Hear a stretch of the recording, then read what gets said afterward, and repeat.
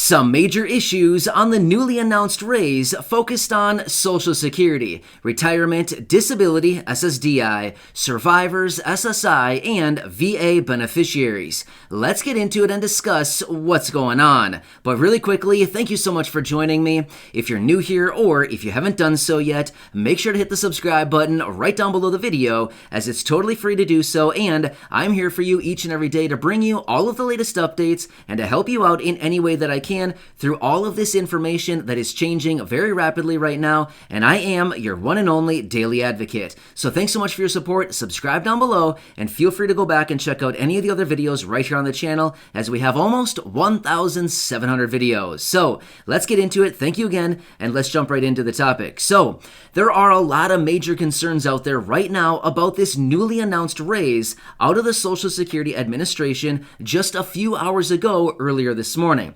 Now, I was out earlier today talking about the newly announced cost of living adjustment that was just released earlier today. Now, it came in at 5.9%, which is also a pretty nice raise considering we got 1.3% here in 2021. However, I've been reading through the comments section down below on the two videos that I released earlier today talking about the COLA, and there are a lot of major concerns right now. Let me go through what I am seeing very frequently down in the comments section. Most of your major concerns, I continue to see this come up literally time and time again. I've seen hundreds of comments talking about these couple items here, and I want to address this. And then I also do have one very specific question that somebody asked that I want to answer for you. It may be you, by the way, but I want to answer that because I'm guessing many other people here in the community also have the same exact question. So let's get into this and talk about some of the major concerns. Number one, a lot of you are looking at this 5.9% and saying, seriously, that's it? 5.9%, it's not going to do much. It's seriously not enough. 5.9% is great, but yet at the end of the day, it's all going to be evaporated through Medicare Part B premiums and raises to our rent, raises to utilities, and the loss of other benefits. So I've seen a number of people reaching out saying basically, nice, it's great, but yet at the end of the day, they're just going to take it all away like they do every single year. I've seen tons of comments saying something very similar to that. Now, I've seen a lot of other people reaching out saying, what's the Medicare Part B premium going to be for 2022? We don't know that quite yet. That should be released here within the next week or two or so. Generally, it's in usually about the last half of October, possibly maybe early November. So I would say probably within the next 2.5 weeks or so, we should be getting that information on the Medicare Part B premium. So I'm honestly not sure when they're going to release it, but as soon as they do, don't worry, I'll be right here for you, bringing you that information, and then we can run some more calculations talking about what your COLA will be, or what your new benefit will be, I should say, taking into account the COLA, the cost of living adjustment, and then minusing off, obviously, the dreaded Medicare Part B premium increases, right? All right, something else that I saw out there as well, and I saw this a number of times. A few people, this is a sad situation, by the way. I saw a few people reaching out saying, great, this is going to raise my benefit to the level in which I'm going to be disqualified from receiving SNAP benefits. So in that situation, this would actually be a detriment to your monthly benefits, right? I mean, think about it. If you are currently receiving SNAP benefits as of right now, based on your level of income on a monthly basis, and all of a sudden a 5.9% raise is actually going to bump you up enough where, unfortunately, you may lose your SNAP benefits. In fact, I saw this last year as well a number of times. When I released the video last year talking about the COLA raise, I can't believe how many comments I saw coming out saying, this is nice, but you know what? I just lost my SNAP benefits. There goes my SNAP benefits, so there you go. At the end of the day, I'm going to be net down quite a bit because I'm getting, X dollars in SNAP every month based on my current level of income. This is going to bump me up just enough where I'm going to lose those benefits. And unfortunately, according to what I'm seeing down in the comments section, yeah, it's a sad situation, seriously.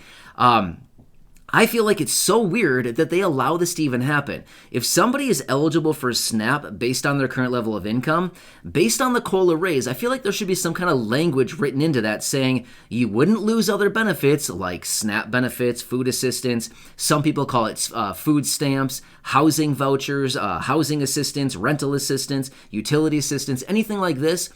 I feel like, personally, obviously this is just my opinion, but I feel like there should be some kind of language wrapped around the COLA that says this raise will not impact other benefits, just like the stimulus checks. Remember that? That was one really, really cool thing about the stimulus checks.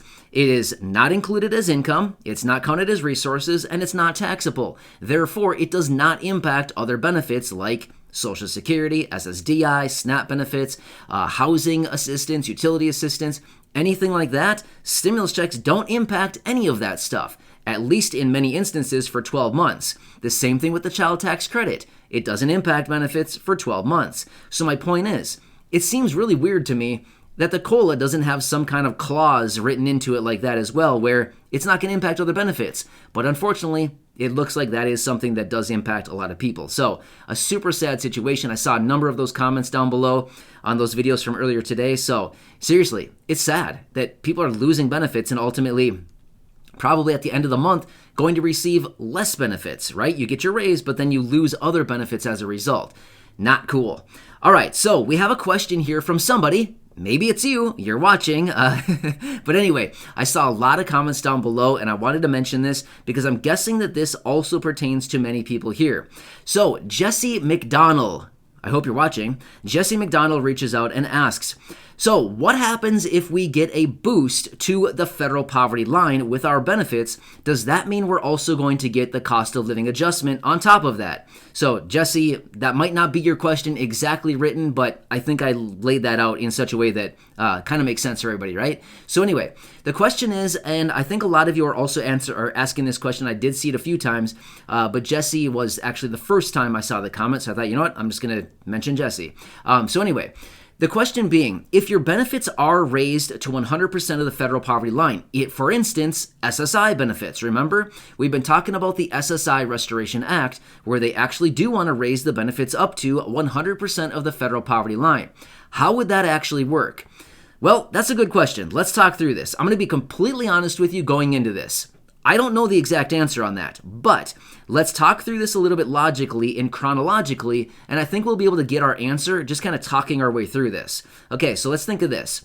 First off, the SSI, any benefit right now that may be boosted up to the 100% of the federal poverty line as a result of the stimulus package. The vast majority of these stimulus provisions in this stimulus package are going to be enacted starting in January of 2022. So, therefore, if all of these stimulus items, so-called stimulus items in the stimulus package, are going to be starting in January of 2022, if there just so happens to be some kind of provision in there raising benefits up to 100% of the federal poverty line, and it starts in January of 2022, that would also be when the cost of living adjustment will also go into effect. So, therefore, with that being said, I would have to say, according to what we know based on what I just laid out right there, I would have to probably say that it would probably just be a rise to 100% of the federal poverty line without the COLA kicker on top of it, if that makes sense, right? So we can't necessarily double dip with this one. However, there would be a different situation. If for some reason everybody and or some benefits were brought up to the federal poverty line. Again, I'm just talking in hypothetical examples here, or you know what I mean? So we're just talking through this. I'm not promising anything like this is happening. I'm just simply saying because there are people out there talking about this right now, and there are people in Congress currently working on raising benefits up to 100% of the federal poverty line. So again, I'm just letting you know what's going on out there. So if this actually was enacted, let's just say November 1st for a hypothetical example. If it was enacted November 1st to raise benefits to 100% of the federal poverty line, I would have to say, well then when January 1st rolls around, you could probably get a COLA on top of it, right? Again, that's just me and basically how I would logically think of that. But again, what do I know? I'm just a guy on YouTube, and they all, the theories and the philosophies and the rules and all this stuff wrapped around these programs. Who knows? You know what I mean? So a lot of times there's kind of weird stuff wrapped around all this stuff and saying like, if this, then that, if this happens first, then that would happen. And with these exclusions, all this stuff, they always have this fancy language wrapped around all this stuff. So again, for Jesse McDonald, I hope that someone answers your question. I know that there's other people asking this as well, but as of right now, there's no solid plan Well, I mean, there's nothing that's out there right now basically saying we're going to 100% raise benefits to the federal poverty line. However, we do know that there is the SSI Restoration Act out there right now where that group of senators is actually working on it to reform the programs and raise benefits to 100% of the federal poverty line. But remember, that would only be if they pass it in a standalone bill and or they include it into the stimulus package and they get it passed that way. We do know that it's all out there right now. They are currently working on it, but until we get some kind of final pass on it, that's just kind of what's going to happen with benefits. So I hope that kind of lays it out a little bit more clearly.